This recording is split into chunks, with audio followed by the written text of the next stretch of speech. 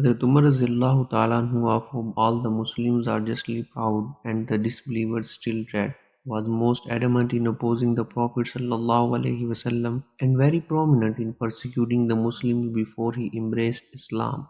One day the Quraysh in a meeting called for somebody to volunteer himself for the assassination of the Prophet ﷺ. Umar ta'ala anhu offered himself for this job, at which everybody exclaimed, "Surely you can do it, Umar."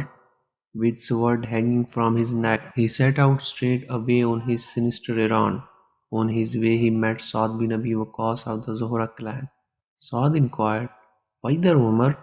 Umar said, "I am after finishing Muhammad." Saad replied, "But do not you see that Banu Hashim, Banu Zohra, and Banu Abd Manaf are likely to kill you in retaliation?" Umar, upset at the warning, "It seems that you also have renounced the religion of your forefathers. Let me settle with you first." So saying, Umar drew out his sword. Saad, announcing his Islam, also took out his sword. They were about to start a duel when Saad said, "You had better first set your own house in order. Your sister and brother-in-law both have accepted Islam." Hearing this, Umar flew into a towering rage and turned his steps towards his sister's house. The door of the house was bolted from inside, and both husband and wife were receiving lessons in the Quran from Hazrat Khabbab ta'ala anhu. Umar knocked at the door and shouted for his sister to open it. Hazrat Khabbab ta'ala anhu, hearing the voice of Umar, hid himself in some inner room, forgetting to take the manuscript pages of the Holy Quran with him. When the sister opened the door, Umar hit her on the head, saying, "O enemy of yourself, you too have renounced your religion?" Her head began to bleed. He then went inside and inquired, "What were you doing, and who was the stranger I heard from outside?" His brother-in-law replied, "We were talking to each other." Umar said to him, "Have you also forsaken the creed of your forefathers and gone over to the new religion?" The brother-in-law replied, "But what if the new religion be the better and the true one?" Umar got beside himself with rage and fell on him, pulling his beard and beating him most savagely. When the sister intervened, he smote her so violently on her face that it bled most profusely. She was, after all, Umar's sister. She burst out, "Umar, we are beaten only because we have become Muslims. Listen, we are determined to die as Muslims. You are free to do whatever you like." When Umar had cooled down and felt a bit ashamed over his sister's bleeding, his eyes fell on the pages of the Quran left behind by Hazrat Khabbab ta'ala anhu. He said, "All right, show me what are these."